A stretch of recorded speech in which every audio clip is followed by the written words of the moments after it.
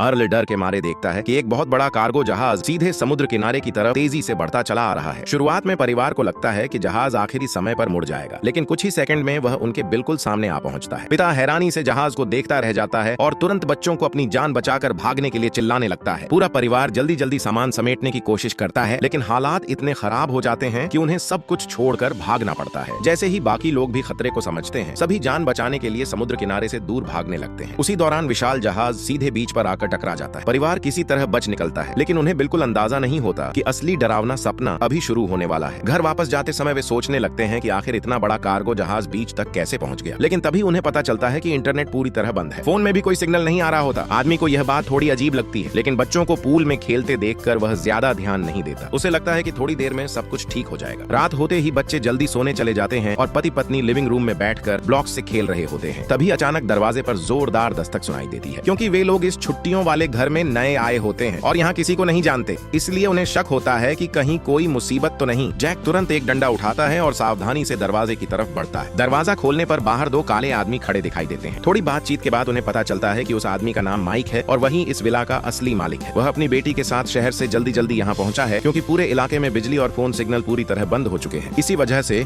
उन्होंने इस सुनसान घर में शरण लेने का फैसला किया। बाहर ठंडी हवा चल रही होती है, इसलिए जैक मजबूरी में उन्हें अंदर आने देता है। लेकिन अंदर आते ही माइक बताता है कि वह और उसकी बेटी आज रात यहीं रुकना चाहते हैं। यह सुनते ही लिसा गुस्सा हो जाती है। वह कहती है कि उन्होंने यह विला किराए पर लिया है और वह अजनबियों के साथ यहाँ सुरक्षित महसूस नहीं कर रही। वह उन्हें पुलिस में रिपोर्ट करने की धमकी भी देती है। लेकिन गुस्सा होने के बजाय माइक जेब से पैसों की एक मोटी गड्डी निकालता है और जैक को सिर्फ एक रात रुकने के लिए $1000 देने की बात करता है। उसी समय अचानक टीवी अपने आप चालू हो जाता है। स्क्रीन पर इमरजेंसी अलर्ट दिखाई देने लगते हैं। तभी उस कपल को एहसास होता है कि माइक सच बोल रहा था। पूरा देश एक बड़े पावर और नेटवर्क आउटेज का सामना कर रहा है। आखिरकार परिवार मजबूरी में माइक और उसकी बेटी को रुकने की इजाजत दे देता है, लेकिन शर्त यह होती है कि उन्हें बेसमेंट में सोना पड़ेगा।